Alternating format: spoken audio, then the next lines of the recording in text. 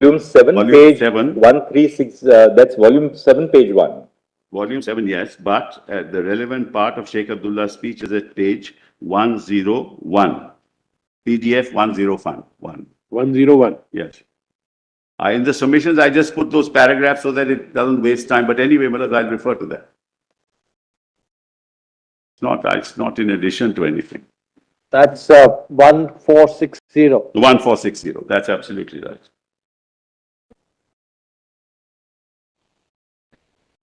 What is the date of the speech of Sheikh Abdullah?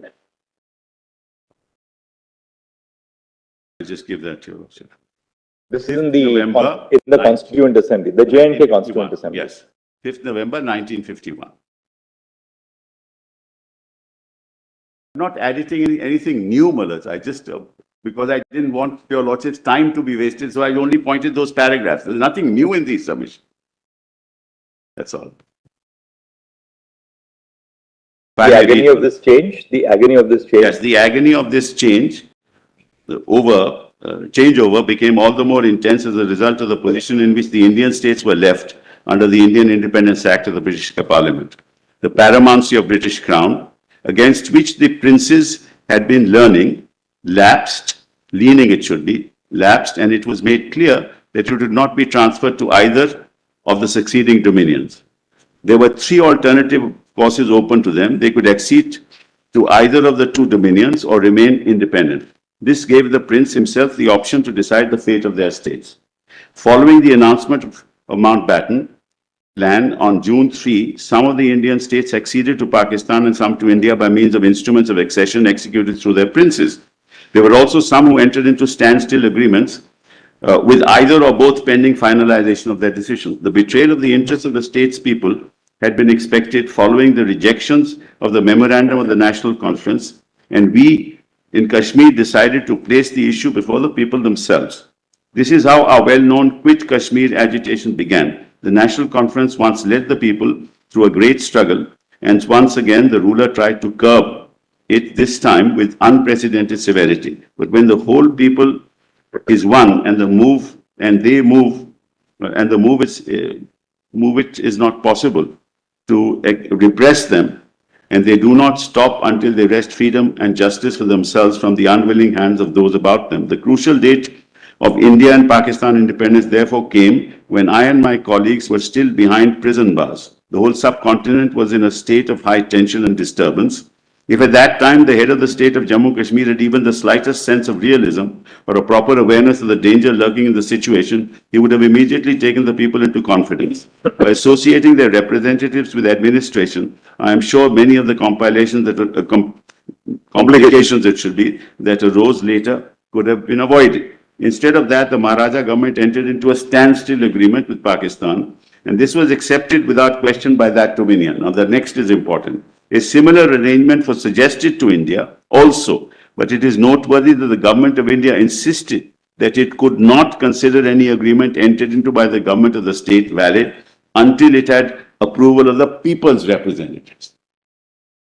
While the leaders consistently refused to recognize the vital issue of accession without first securing the approval of his people, the Muslim League and Pakistan government supported the claims of the rulers to speak for their state.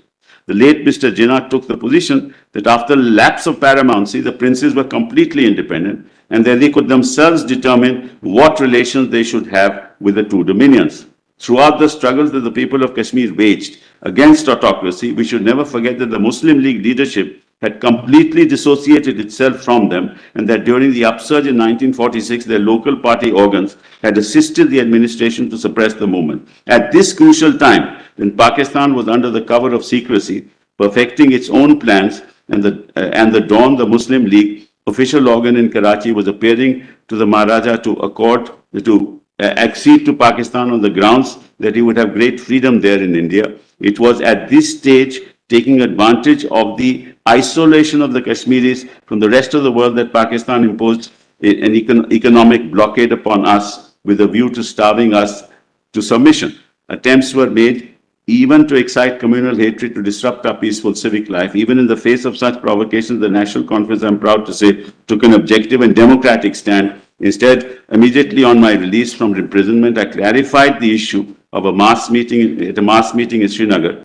the first and fundamental issue before us was the establishment of a popular government. Our objective might be summarized: freedom first, then alone could free people decide the future association through accession. I also made it clear that the National Conference would consider this issue without prejudice to political friends. So leave that around, Mullahs. Then Mullahs, kindly come to the paragraph. The overwhelming pressure of this invasion brought about a total collapse of the armed forces of the state, as well as its administrative machinery, leaving the completely defenseless people at the mercy of invaders. It was not an ordinary type of invasion, inasmuch as no canons of warfare were observed. The tribesmen who attacked the state in thousands killed, burnt, looted, and destroyed whatever came in their way. And in this savagery, no section of the people could escape. Even the nuns and nurses of the Catholic missions were killed or brutally maltreated. As these raiders advanced towards Srinagar, the last vestige of authority, which lay in the person of the Maharaja, suddenly disappeared from the capital.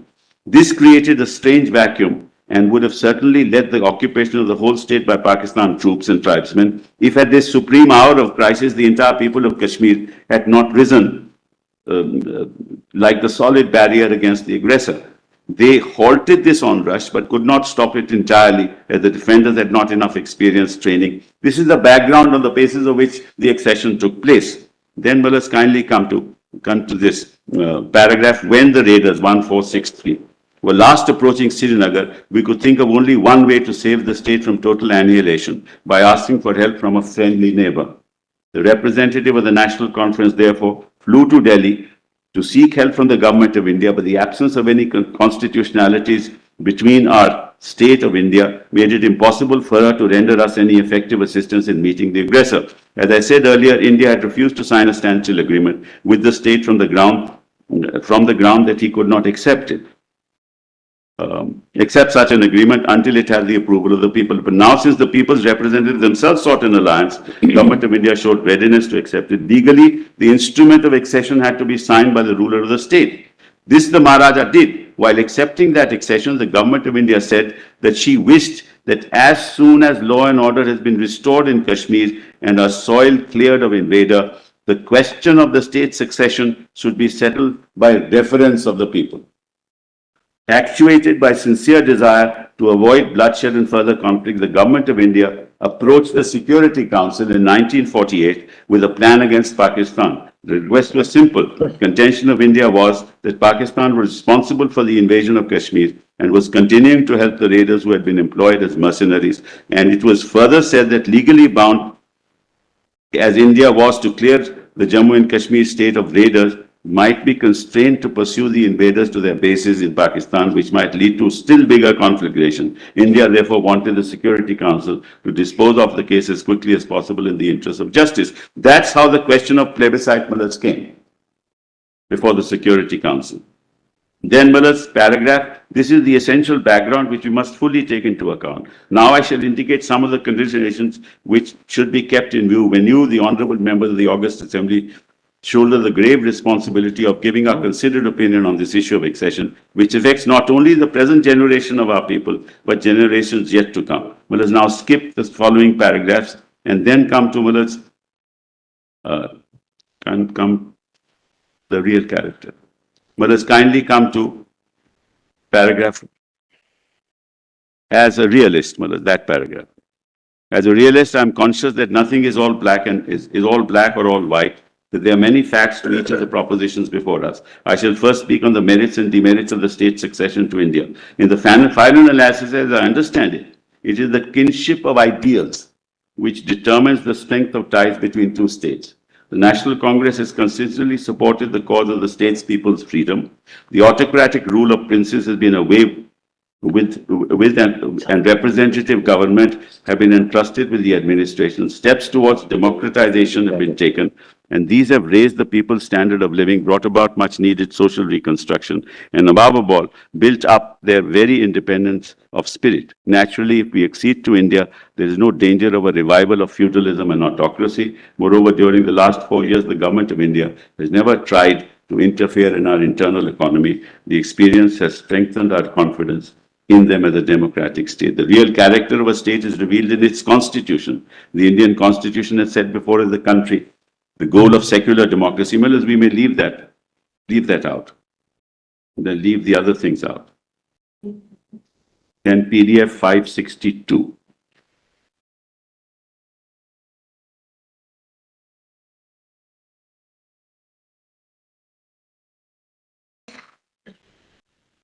Speeches.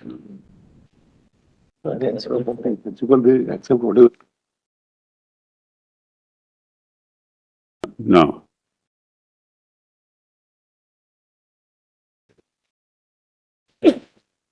Yeah, while the state. Yes.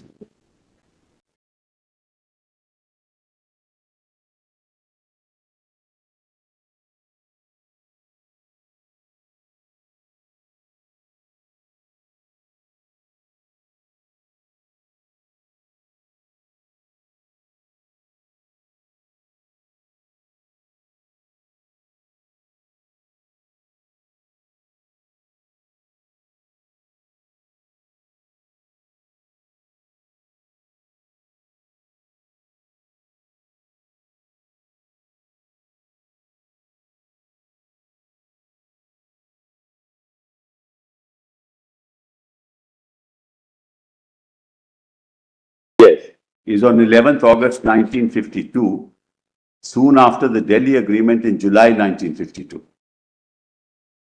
And whereas in PDF 562 at 1921, he then explains why the provision is temporal.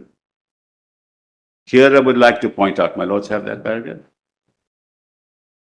Page 1921, PDF 562. But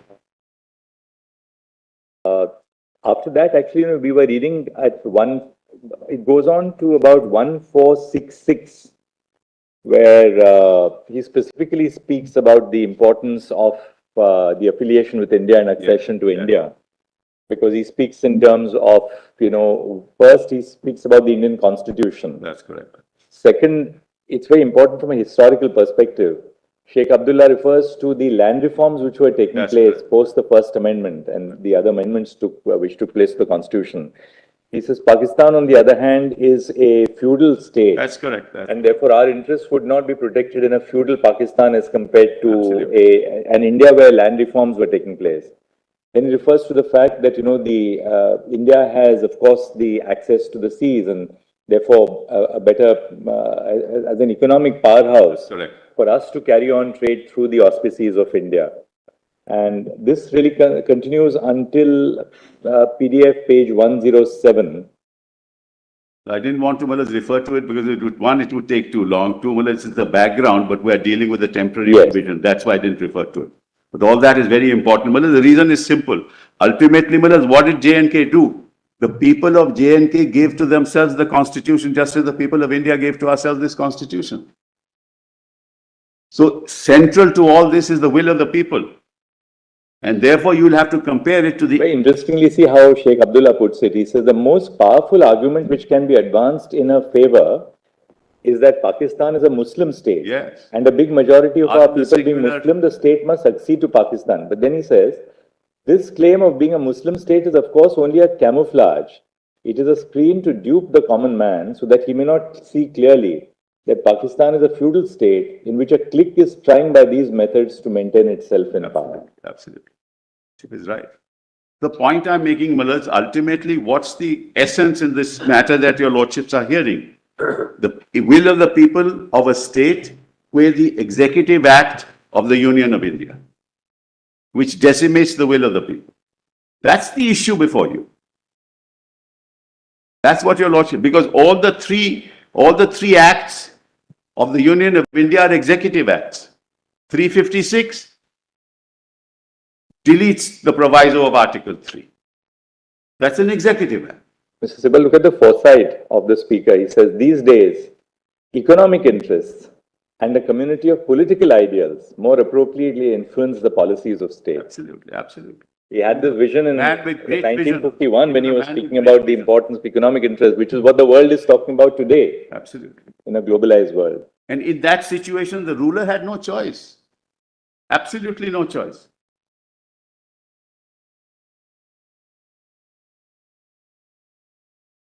The point I was making is that we are now dealing with three executive acts. One, the 356. Two, change of interpretation in the definition of Constituent Assembly under 367(1). And the abrogation. These are all executive acts. The will of the people is not considered at all. That's the question.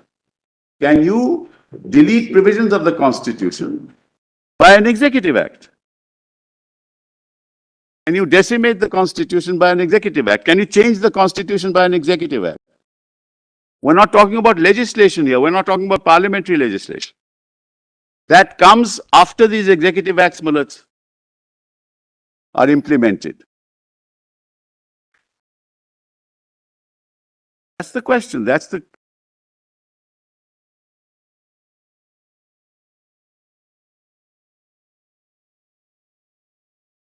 You can't change the Constitution of India as applicable to Jammu and Kashmir by deleting Article 3, the proviso to Article 3. You can't do that through an executive act.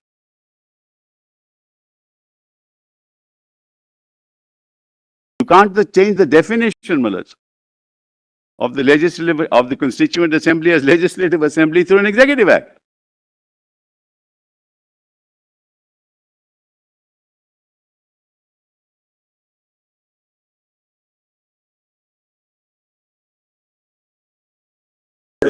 Just then I'll come straight away to the issue, Mullahs, 1921.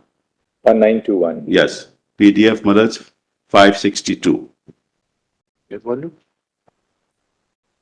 Which volume is this, Mr. Sibu? Same volume, Mullahs, same volume. Volume 7. Yes, same, Mullahs, the same speech, Mullahs, comes a little later. 19. Sorry, same speaker comes a little later, Mullahs. 11th August is the speech. 1921. PDF page 562. 562, PDF 562.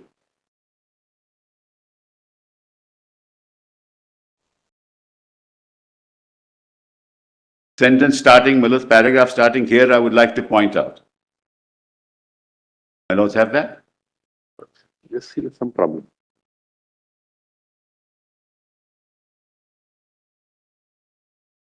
That's correct. That's correct. That's correct.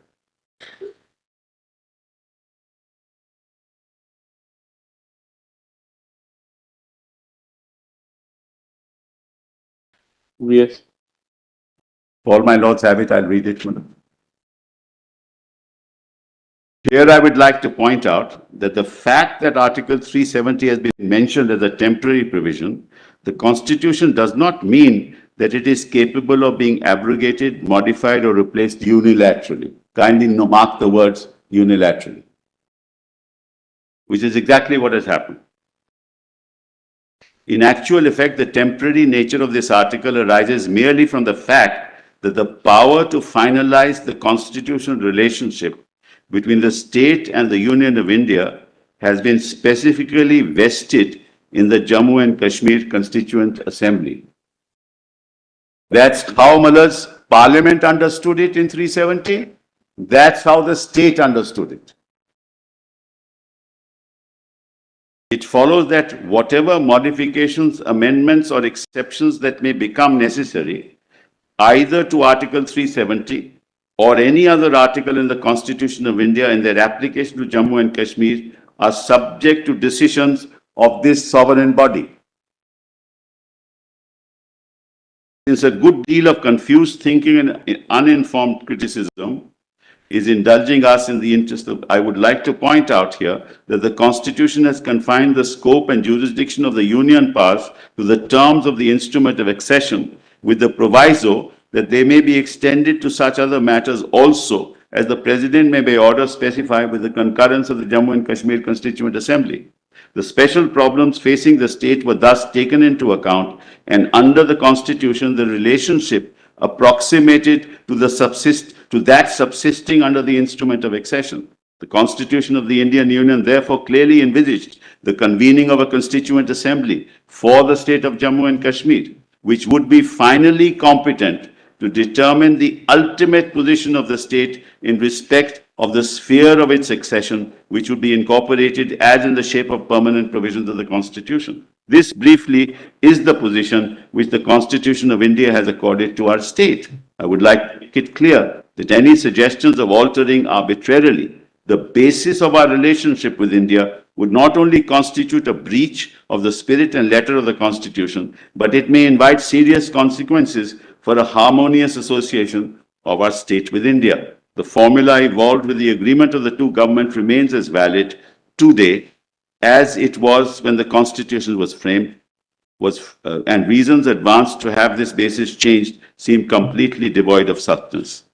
In arriving at this arrangement, the main consideration before our government was to secure a position for the state which would be consistent with the requirements of maximum autonomy to the local organs of state power, which are the ultimate source of authority in the state while discharging obligations as a unit of the federation.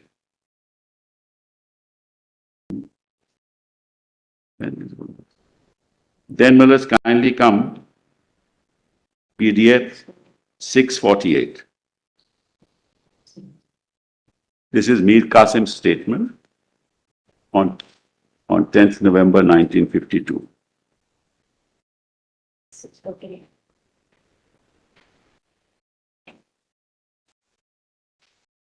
And this is exactly what I've been submitting before your lordships from day one. A unilateral executive decision cannot change the terms of a relationship which are constitutionally embedded in Article 370.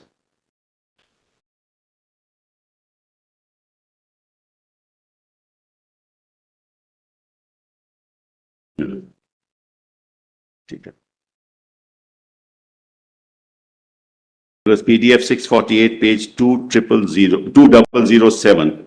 This speech was given by Mir Qasim on 10th of November 1952.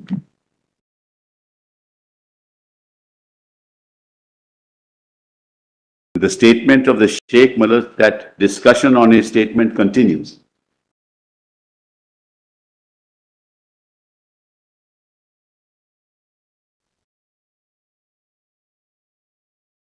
In the middle of that paragraph, starting, it is said that the accession of Kashmir with India should be, as far the statement is concerned, there can be no denying the fact that it should not be a dynamic in the sense that we give up our principles.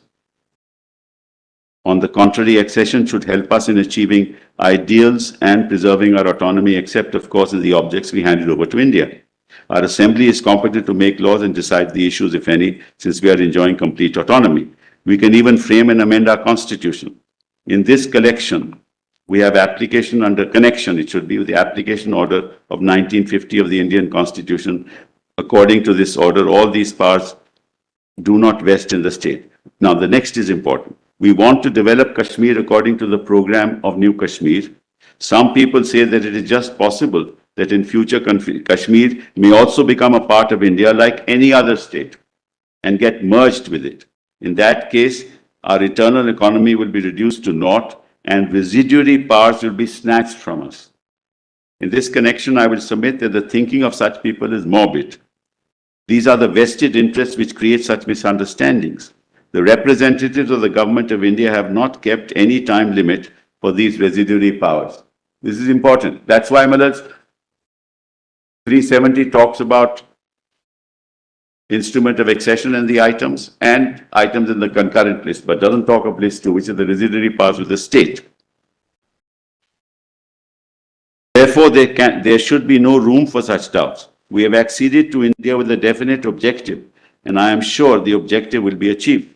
Some interested persons are creating misgivings as regards the autonomy and say that Kashmir has been granted autonomy simply to benefit its Muslim population. But this is a baseless allegation. If the people from outside are not given the right of acquiring property in the state and getting recruited to state services, then it was not the Muslims of this place alone would get benefit, but all communities will also get benefit. Then let us kindly come to Mullah's The social system which will be set up according to the program New Kashmir will provide equal opportunities of development to all citizens of the state, be they Kashmiris, Ladakhis or Dogras. Now, let's skip the rest. 690. PDF page 694 now.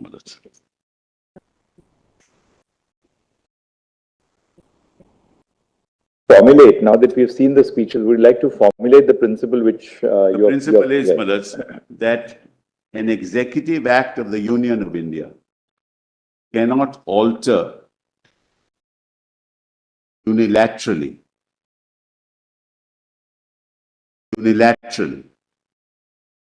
provisions of the Constitution of India as applicable to the state of Jammu and Kashmir. That's the central Cannot alter unilaterally yes, the provisions of the Constitution. of India as applicable to the Jammu and Kashmir.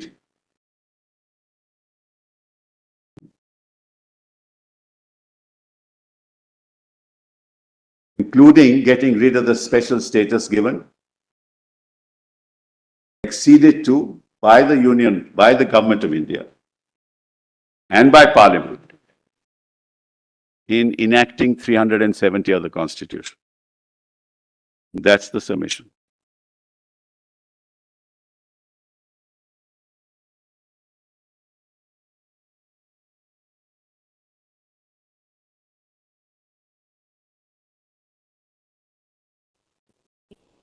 Say it's an executive act. I'll say 356 is executive, 367 definition is executive. These are all executive acts. Parliament came into the picture when the changes had already been done through executive acts. We're challenging that. As you argued, the process was wrong. Yes. Whatever was done. Yes. That is, the parliament did it. No, Parliament accorded approval to the executive acts which unilaterally changed the constitution as it was applicable to the state of Jammu and Kashmir. That's the central question that your lordships will have to decide. Could Parliament have, could the Union of India have done it?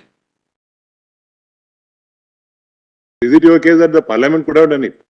No, not at all. Well, that also I will answer. Well, let's kindly see. Ultimately, this was a political decision taken in the context of the situation then prevailing. Right? And the complete abrogation of Article 370 must also be a political decision. Well, your lordships will remember Brexit, what happened? In Brexit, what happened? There was no constitutional provision seeking a referendum.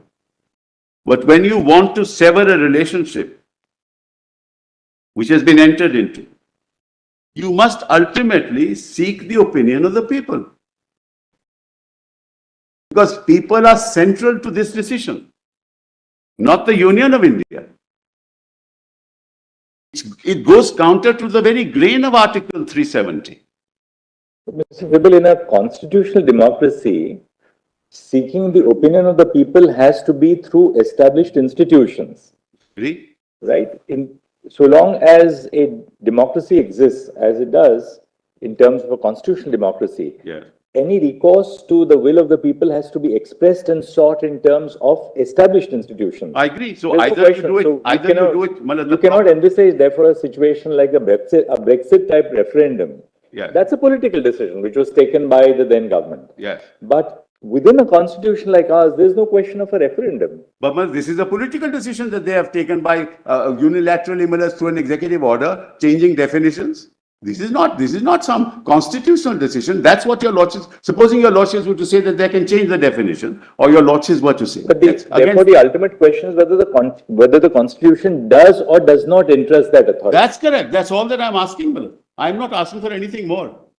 And which in turn depends on whether 370 is construed as you say, a permanent feature, irrespective of the terminology used, because that is in the context of the changes till the Constituent Assembly was there, or is it something which is capable of being? Malad, let me, that's a much higher level, Malad, to which I'm not, in fact, arguing that today. Malad, whether it is permanent or it is temporary, let's forget about it. The central question is, can the Union of India, in this manner, terminate that relationship that is constitutionally recognized in Article 370? We understand. It may not be permanent, It may be permanent, it may not be. You may change it. You may, you may I have. said in the context that that was the argument earlier. So we have come to the next argument, which is the manner in which it is done That's right. is flawed accordingly. It's absolute. It's a fraud on the constitution itself, according to me. It is politically motivated. It is a political act. These executive orders are political acts. They're not constitutional acts. That's my submission. And whether it is a permanent feature or a temporary feature is really at the moment not an issue. The reason why it's not an issue is maybe there is a constitutional way of doing this. I'm not addressing that. Or have they resorted to that constitutional methodology? If they resort to it, it will be tested in a court. And on the process, you said last time that, first, the section 92 power was vested in the governor, Yes. independent of the Council of Ministers. Step 36, two, 38, right. Step 92. two, right. Step two, the Legislative Assembly is dissolved by the governor under section 53 without aid and advice. yes, 3, the proclamation is issued under Article 356. yes, You said that the object of the proclamation under 356 to eventually restore democracy. that's right, And not the decimation of democracy. right. And then finally, we saw the amendment of Article 3 in the presidential notification. That's right. That's So also an executive act. all these 4 steps, according to you, were constitutionally flawed. There was no provision for these 4 steps because you've essentially taken away the powers of the State Assembly and exercised them under the garb of 356. That's the submission. That's I right. think. Absolutely, I'm deeply obliged to your lordship. But I just want to read one other. Only little- one last thing which I wanted to ask you. You've made your point on the process which was followed. They will have to answer it. On the proviso to clause 3 of 370, is there something ultimately that happened in the Constituent Assembly which sheds light on which way the Constituent Assembly was inclined to go? Yes. Because we are reading individual speeches. What happens thereafter at the end of this process Well, in the 1957? Constitution was adopted in 1957 Yes. by the legislature of Jammu and Kashmir. Between 1951 and 1957, they could have determined or terminated the essence of Article 370, abrogated it themselves and said, there's no need for this constitution. We want to be a state, a part of India, like any other state. That is why 370 sub-article 3 referred to the decision of the Constituent Assembly. That decision could have been taken, but my lord asked me the question, well, now that there is no Constituent Assembly, how will this happen? If it were deemed to be a temporary provision. That's what my lord put to me. Right? So your argument would be really, I mean, if I can put it that way, that the proceedings in the Constituent Assembly of the state of Jammu and Kashmir would indicate a reaffirmation of the arrangement under Article 370 as a long-term arrangement. That's right. So that the 3 options that Sheikh Abdullah spoke about, namely either of joining Pakistan, Yes. acceding to India, or remaining independent, they gave up the first and the third option. That's correct. They decide that the ultimate decision was to stay within the dominion of India, but subject to the safeguards of 370. That's right. And therefore, according to you, 370 assumes a permanent character, irrespective of the nature of the provision which is envisaged in the Indian Constitution. And that's what Sheikh Abdullah said in his speech, that look, this relationship. That still begs one question Yeah. as to whether it was enough that the Jammu and Kashmir Constituent Assembly proceeded on that basis. Put 370, which was envisaged to be a temporary provision, be converted into a permanent provision merely by the proceedings of the J&K Assembly? Or was there some further act required from the Indian Constitution, either in the form of a constitutional amendment, by virtue of which 370 would cease to have a temporary character but have a permanent character, in implementation of the wishes of the Jammu and Kashmir Constituent Assembly? Whereas Government of India never expressed a contrary opinion throughout. But didn't it have to take place through a process of amending the Indian Constitution itself? No. To for the convert the reason- character of 370. All right. Whereas now your lordships are again going back on the issue of temporary nature. That temporary nature is not part of the Article 370. It's not part of it. It's not a part of 370, Madam. In fact, Muzaffar Beg says we didn't even know about it. That's why I want to read Muzaffar. Mr. Sibal, there are 2 ways that we could really lead into this discussion. One, that though placed in Part 21, Article 370 was never intended to be a temporary provision. That's one. That's one layer of reasoning, which is what you're advancing. Two, that though it was temporary, the reason why it was placed in a temporary provision of the Constitution was pending the decision of the Constituent Assembly of Jammu and Kashmir, and therefore it was given the character of a temporary provision, because the views of the Constituent Assembly of J&K were still to be elicited. Right. Third, that's the second argument. We accept that for the purpose of hypothesis. The difficulty, of course, which we have to face is this. Assuming that that was why it was placed as a temporary provision, because the views of the J&K Constituent Assembly were still to be elicited. And we also take your point that the J&K Constituent Assembly decided to accede to India and reaffirm the accession to India subject to the safeguards of Article 370. Is that sufficient in itself to convert 370 into an unamendable or untouchable provision? Let me assume, Manoj, that it is Or not. was something more required by a parliamentary intervention in India post-independence to convert that which was essentially temporary into a permanent provision? Let's assume, Manoj, that it is amendable for the sake of argument. Then, Manoj, how is to be amended? The Constitution must provide a solution, no, Manoj? I'll assume, Manoj, for the moment that it is amendable. Then how does the Constitution of India must provide a solution for that? Once we concede, Mr. Sibal, that concede in the sense for the purpose of the hypothesis. We're not putting anything in your mouth, not at all. So I don't misunderstand that. Once we accept the fact that 370 is subject to the amending power under 368, then equally 370 provides for a modality through which 370 itself would come to an end. Well, let's see 370 then, Manoj, and see what modality is. That modality can't be to convert a legislative assembly into a constituent assembly by definition through an executive act under 367(1). Then, Manoj, we have to find the modality within the Constitution, not outside it, not vested in an executive power of the Union. That cannot be. So if your Lordship puts to me, and rightly, that something more had to be done under the Constitution of India, we'd like to know what is that something more. 370 bracket 3 itself specifies the conditions in which the abrogation can take place. Which is the Constituent Assembly it must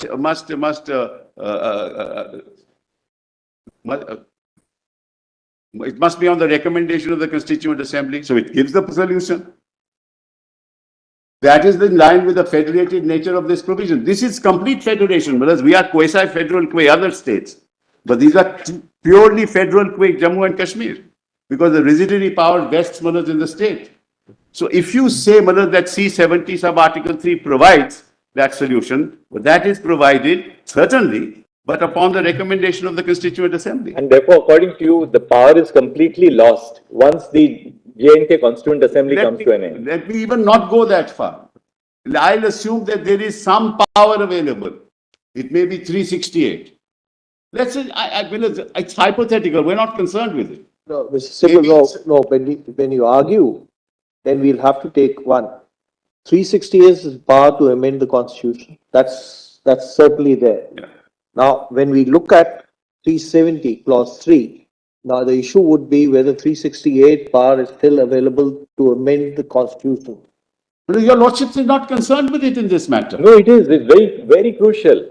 Because once we accept the fact that Parliament as a sovereign lawmaking body has the power to amend everything including 368. Yeah. 370. Including 370. Yeah. Then any amendment of 370 may be subject to criticism on the ground of morality, but not power. No, but it's not an action. Maybe it's a political argument, but not a power. It's not an argument of constitutional This is power. not action under 368.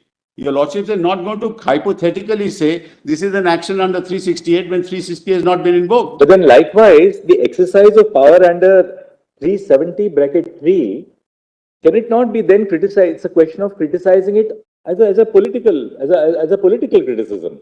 But is it an argument of the absence of power? Where is that in 370? And the that court power? is really, the court is concerned with either the existence or the absence of power, right? Not that I should ask your lordships, where is that power in 370 that says that 368, you can do it under 360? So 368 is the power to amend the constitution. But we are not, are we concerned with that here?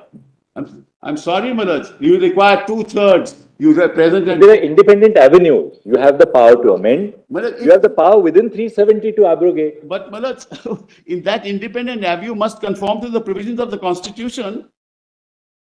Well, an independent avenue derogates the provisions of the Constitution, is no avenue at all. Mr. Sibbald, for the timing, if we ignore the proviso to clause 3, in fact, the clause 3 itself, independent of the proviso, gives the power to the president itself to abrogate 370. If we forget about the proviso. I'm sorry to say that, Malaj. Malaj, I'm really Just sorry. read three- There is a just read it proviso. once again. Just read You it can't once again. exercise that power without the proviso. No, the proviso is something different. We are examining the proviso independently. But independent of the proviso, The Clause 370 comes into play on the recommendation of the Constituent Assembly. Your Lordship is putting it the other way around.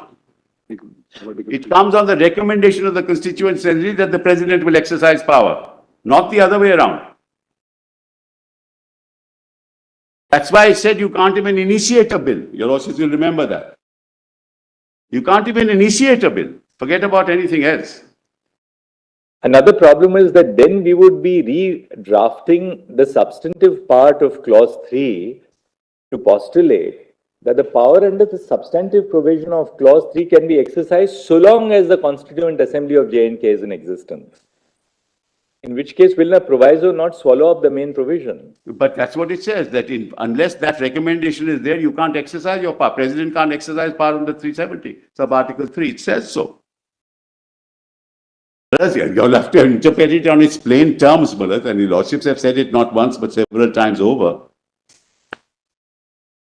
And it's a provision which in essence is a provision of federalism. It's the heart of federalism is this, Malaj.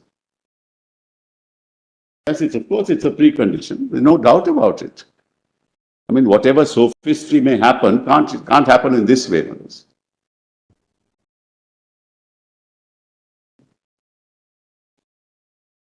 Whereas 373 power has been exercised by the Constituent Assembly, saying no recommendation. I'll come to your Lordships a judgment of Sampath Prakash Malaj, which actually deals with this issue. So let's be clear, Malaj. Sorry. Where does the Constituent Assembly specifically says that it doesn't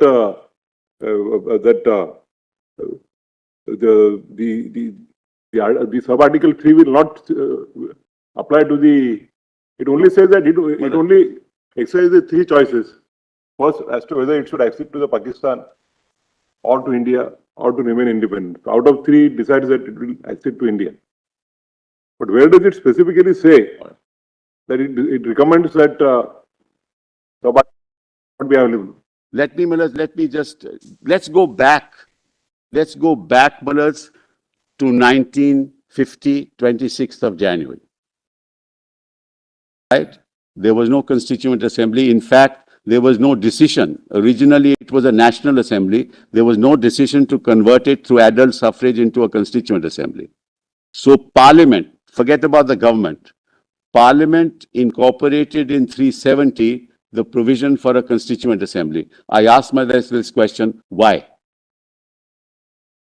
Why did Parliament do that? Parliament, there was no Constituent Assembly in place. There was only a National Assembly. This must have happened in collaboration with Jammu and Kashmir. Must have happened, Malaj. That's why the term Constituent Assembly was included in 370 sub-article 3. Now, when they said in the proviso that it's on the recommendation, there was no Constituent Assembly. So it had to be a temporary provision. It couldn't be a permanent provision. And the preamble of the Constituent Assembly says to further define the relationship between Jammu and Kashmir and India. So it was temporary because there was nothing in place. it was not temporary because this provision had to go. No.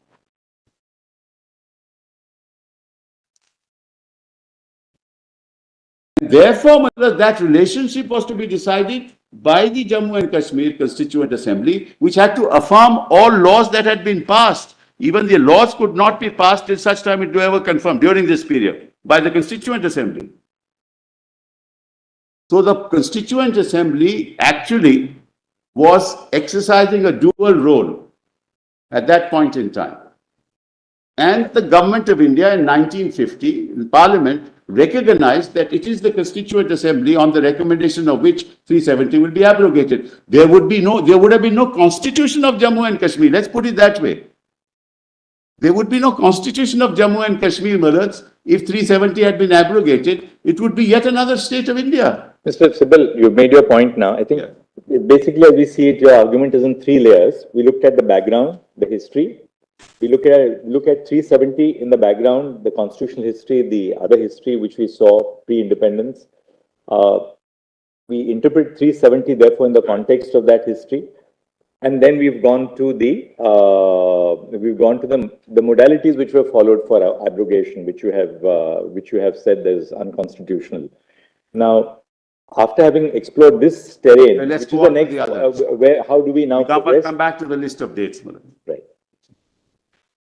Malad, may I, with your 2 minutes I'll take. There is a speech by M.A. Beg, Afzal Beg. Just it will take only. Give us just the page and the gist of it, you can tell us. At 694, PDF 694. It's only temporariness of the article. That's why that's the last person. You need not go through it. It refers to the temporary nature of the article. It would be in the same vein as Mir Qasim's speech at 648. And Malad, kindly note this, he was a representative of Jammu and Kashmir in India's Constituent Assembly. There were 3 members total, he was one of them. So he was part of the Constituent Assembly of India as well.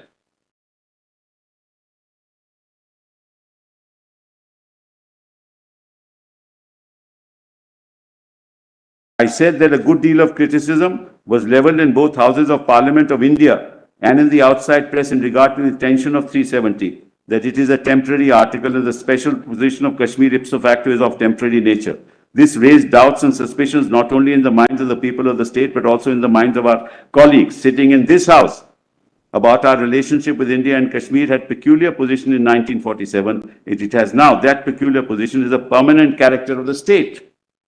It would be unfair to say that this position is a temporary nature. Statements have been made that in due course of time, 370 will cease to exist and Kashmir is bound to become a Part B state. Expressions like these have in fact given rise to amendments proposed by honorable members to the statements of the Leader of the House. Some of these amendments are critical and some are unfriendly. And then he goes on to say that we did not even know that there was a note, a marginal note in this regard. This has just come up suddenly. We didn't know that there was a margin. Nobody told us that there'd be a marginal note.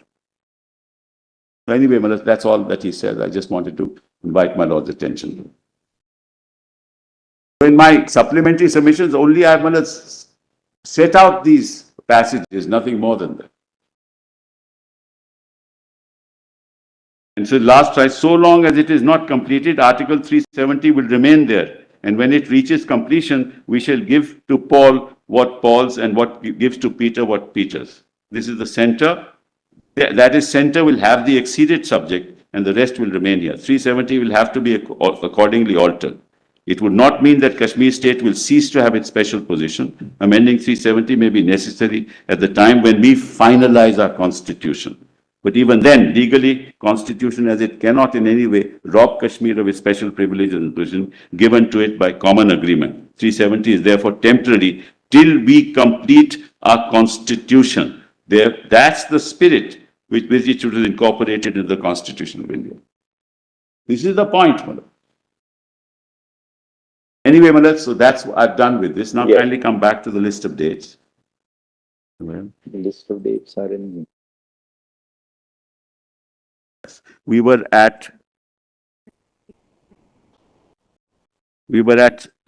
serial 71 in written submissions, compilation volume 2, PDF 53.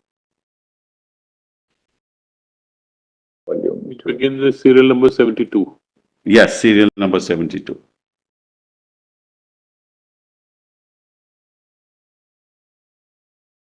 Let's read 71, 3rd of August.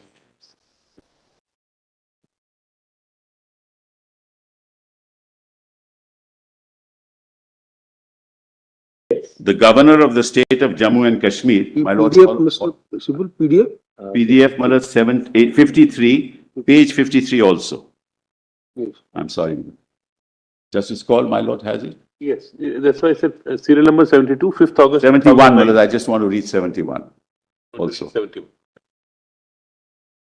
Governor of the state of Jammu and Kashmir gave a press statement on the night of 3rd of August that he was not aware of any proposal to amend 370 or Article 35A, and that all security arrangements and reinforcements of the state were being made pursuant to intelligence reports forecasting a major terror incident.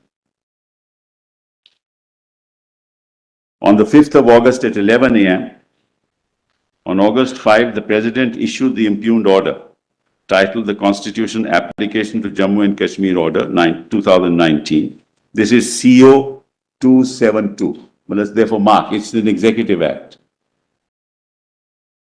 Said order issued under Article 371 with the purported concurrence of the government of the state of Jammu and Kashmir inserted Article 367(4) of the Constitution of India.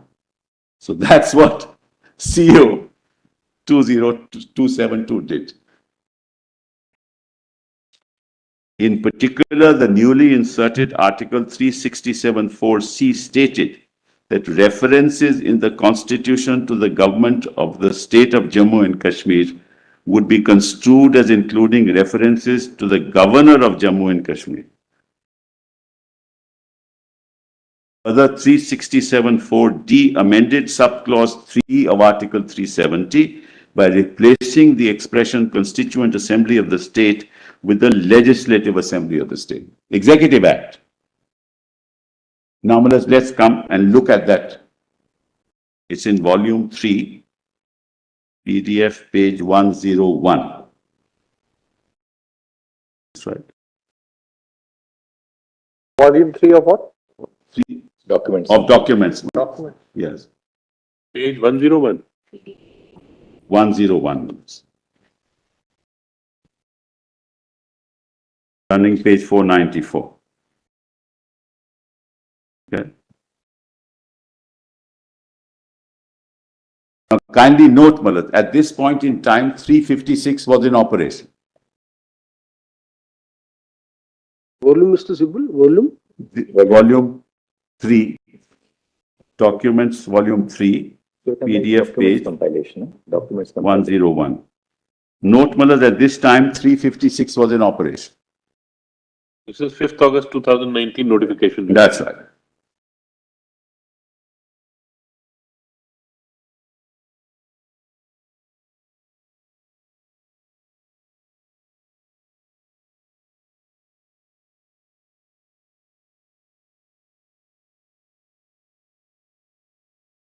In exercise of the powers conferred by Clause 1 of 370 of the Constitution, the President, with the concurrence of the government of the state of Jammu and Kashmir, could never be done.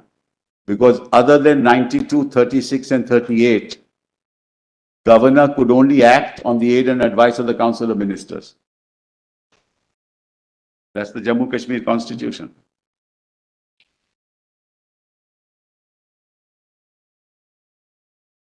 The governor could not represent the state.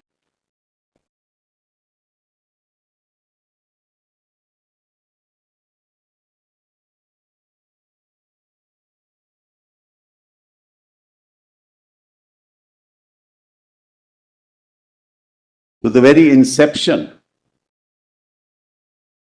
of this executive order is constitutionally flawed.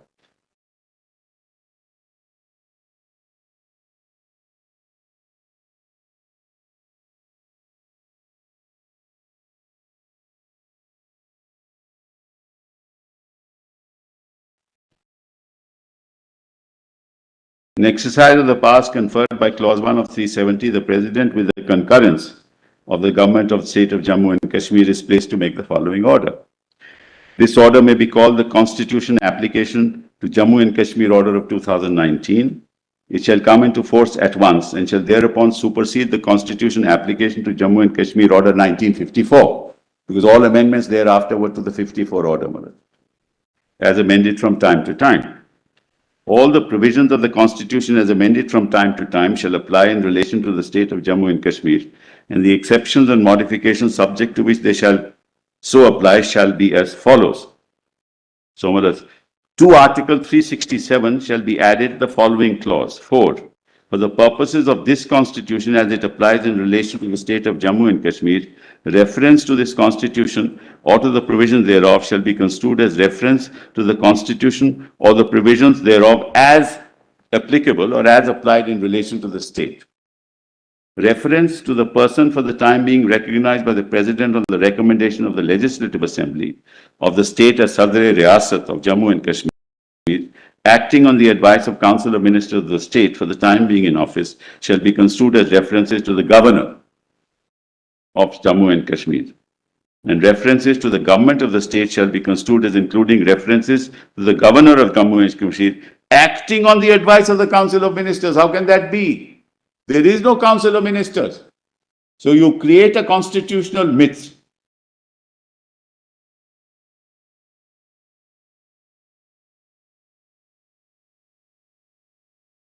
And assume in the absence of Council of Ministers that there is a Council of Ministers. And then you pass a presidential order that even in the absence of Council of Ministers, the governor is acting on the aid and advice of the Council of Ministers. What kind of exercise of executive power there is this? This is a mockery. Which is why I've been saying it's only a political act. It's not a constitutional act. You wanted to do something, you did it.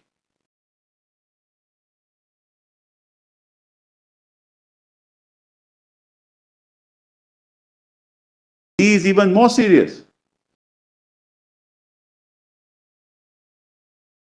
I don't think in any constitutional democracy in the world this has happened. In the famous Miller case in the UK, Boris Johnson tried to bypass Parliament and requested the Queen to prorogue the House. The House was prorogued. Immediately, matter came to the Supreme Court. All the justices of the court said, "No, your Lordship knows this is the executive power of the government. They can prorogue the House." But all came to a unanimous decision. You cannot even prorogue the House like this. You cannot exercise executive power to bypass Parliament. You bypass discussion in Parliament. That's not the way constitutional democracies work. And this is much worse. You assume something that doesn't exist. You give powers to the governor which he does not have. You assume to yourself under 350 all the powers of the state legislature. You are Parliament. So you therefore invoke the powers of the state legislature and Parliament, and you pass an executive order. What kind of exercise of law is that, or constitutional law? And then D, in the proviso to clause 3 of Article 370 of this Constitution, the expression Constituent Assembly of the state referred to in clause 2 shall be the Legislative Assembly of the state. What power does the President have to pass such an order? We're not dealing here with exercise of constitutional power. We're dealing with exercise of executive power.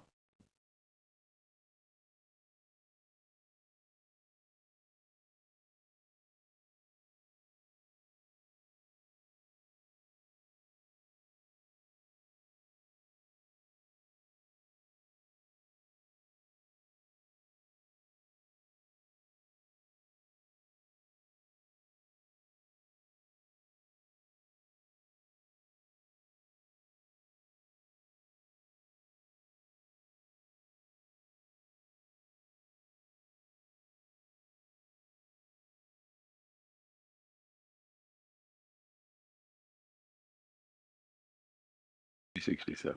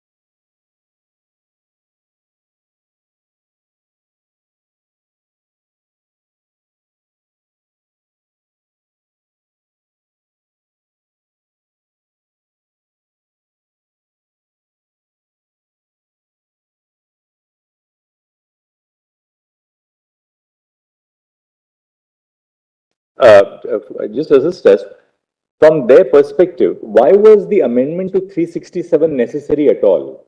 Why was this crucial? I mean, we are seeing now the modalities which they have put into place for their constitutional design of ultimately abrogating 370. Why was this amendment to 367 necessary? Because, brothers, they themselves gave the power of the Legislative Assembly, which they were exercising in 356 as the Constituent Assembly, and recommended. They were ad Normally item with when my a- interpretation. Yes. They were ad item with my interpretation. Right.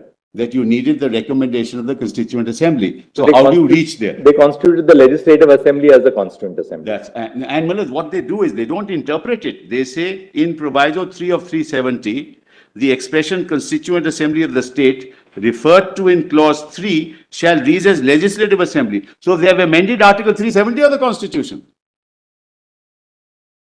Shall read as. 367 amendment was not required because you are exercising Was. power under clause 1 to say article. No, it was required because you needed the recommendation of the Constituent No, Assembly. no, that's something separate. But in 367, introducing clause 4, in terms of the notification dated 5th August 2019, You required it because, Malaz, they changed the definition of Constituent Assembly in 370 as Legislative Assembly. This is why they could exercise power under 356. Please appreciate. But suppose for a moment that they had not gone through this exercise of amending 367, all right, or introducing 367-4, and suppose we are operating purely within the fold of 356. Yes, All right, your challenge to the 356 notification is a different issue. yes. You're now just testing it as an exercise of power under Very- 356. very well. Once a proclamation takes place under 356, two consequences follow. One, the president assumes to herself all the powers of the state, the executive powers of the state vest in the president. Two, except the legislature, the powers of the state legislature. Two, the powers of the state legislature are then subsumed in parliament. The government of India does not in its executive capacity exercise the powers of the state legislature. Parliament has to exercise the powers. So once the proclamation under 356 was issued, two consequences would follow. All the powers which were vested in the executive of Jammu and Kashmir were transferred to the president. Correct. All the powers of the state legislature were vested in parliament. Right. Now, if that was so, then if 370(3) is capable of the interpretation, just as a hypothesis, that it's a power to be exercised by the president to abrogate. They abrogate. Point number two, any powers which were to be exercised by the state legislature would have to be exercised by parliament, so they had to go to parliament to get a resolution passed. Why was 367 necessary for the design, for the constitutional design to achieve this at all? I tell you, 356 power cannot be exercised by parliament, by the governor, by the president and parliament in this fashion. Independent of 367, cannot be done. Why? Because you are only acting as the legislature. You don't have any powers independent of the legislature. Under 356, that's, Bomai has held that. You have no such powers. And the executive is only dealing with the administration. It can't amend the constitution under 356. Therefore, they had to do this. There was no choice. I'd show Manas Bomai. Yes, but assuming for a moment that we suppose we disregard the 367 amendment. Even if you do, then you can't exercise it under 356 at all. That's even Manas, it will be a dead letter. It will be inchoate. Because you can't amend constitutional provisions, Manas, through 356. You can only exercise the power of the state. Parliament can do it. Fair enough. Therefore, if that part of the notification which amends 367 is kept aside for a moment, Yeah. then what is the consequence? The consequence is that 356 power cannot be exercised in the same fashion to No. achieve the same result. See, the 356 power is the power of the state legislature Yes, and the state executive, yes. which has now been vested in the president and in parliament, respectively. Correct. You may be right for a moment, subject to hearing them, that look, how can you exercise the power to amend the constitution by taking recourse to 356? Fair enough. We got that point and we'll hear them on that. But assume that we disregard this whole process of what took place under 367. Either disregard it or hold that it was constitutionally impermissible. Even so, does it affect? That's a separate issue, Malad. I'll address your lordships on that. Right. At the moment, I'm on this executive order. I'll come to 356. I'll come to the other issues later, Malad. Because ultimately what you then do is Parliament is exercising power as a legislature and Parliament is exercising powers under 356 as well. Correct, Malad? And as a legislature of the state, let's assume, the state had to convert itself into a constituent assembly in terms of 373. I think what they believed was they proceeded on a particular hypothesis that consultation with the Constituent Assembly is necessary. That's right. So therefore, they said that, all right, we are now going to replace the word Constituent Assembly by the word Legislative Assembly, No, which they sought to achieve by amending the No, Constitution. it's a recommendation of the constituent, it's not Yes. just converting it. You can't. The therefore first you step was to recommend- amend the Constitution. Yeah, you recommend it to yourself because you have a political objective to recommend it and Mullahs, you take the decision yourself. Yes. These are very problematic, Mullahs. And see the consequences of this. That means through an executive order, you can change any provision of the constitution. Because you have majority. This majoritarian culture cannot destroy the edifice of what our forefathers gave us. So your argument therefore is that you cannot exercise the power under 356 to amend the Constitution. Exactly. That point you. That's right. And they cannot possibly justify it unless there is some new jurisprudence that comes to light that they can do what they like as long as they have the majority. As it is, Mullahs, now one of your esteemed colleagues has said, Mullahs, that in fact basic structure, those theories are also doubtful. Maybe it is. If we After- refer to a colleague, we have to refer to a sitting colleague. Once we cease to be judges, they are opinions, not binding diktats. That's true. Of course it's not binding, Mullahs, but I'm surprised. On 11th of November 19. Parliament doesn't discuss what goes on in the court. No, I'm not Court discussing should not- anything. I am not discuss what dis- goes on in Parliament. No, I'm not And discussing. everyone, my lord, has a freedom This of is a public view, sport. freedom of expression. No, I know. Mullahs, I assume he has the freedom of expression, what say to pay, what he likes. I don't dispute that, Mullahs. I'm just saying, Mullahs. Of course, absolutely. We're starting a debate on that because of this majoritarian culture again.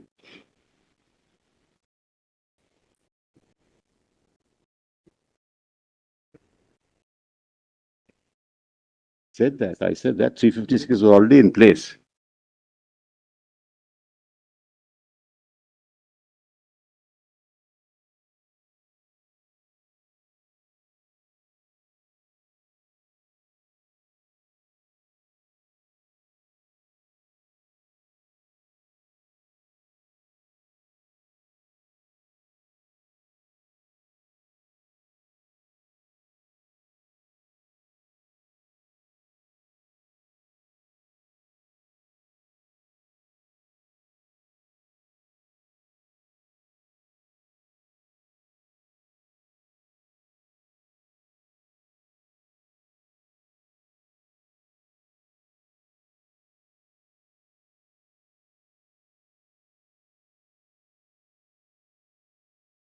Mr. Sibal is responding to the parliamentary debate here because possibly he was not there in the Parliament yesterday. That is true.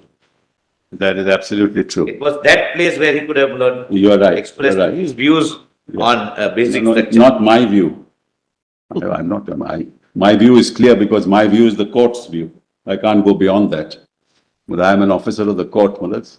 In court, I have that constitutional view. Outside may have a different view. Mullahs, anyway, that's neither here nor there, Mullahs. It's just an aside, Mullahs. But there must be some element of humor and mirth in court as well, Mullahs. Not everything can't be this serious. We are Yes, dealing Mr. with- Mullahs, therefore, see the consequences of this. And Mullahs, then it is obviously clear that the government of India and Parliament recognized that the Legislative Assembly was the Legislative Assembly and could not be the Constituent Assembly, which is my interpretation. Therefore, it became necessary because they also knew that the Legislative Assembly can't be the Constituent Assembly. That's precisely what I've been arguing.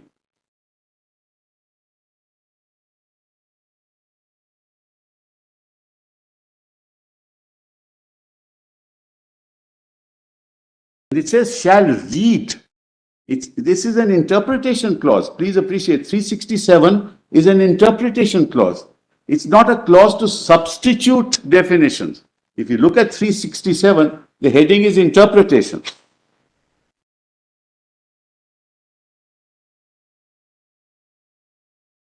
It's not substitution. You can't substitute definitions. Only interpret. So it's outside of 367 itself, apart from many other things that I've pointed out. What they've done is, the Bank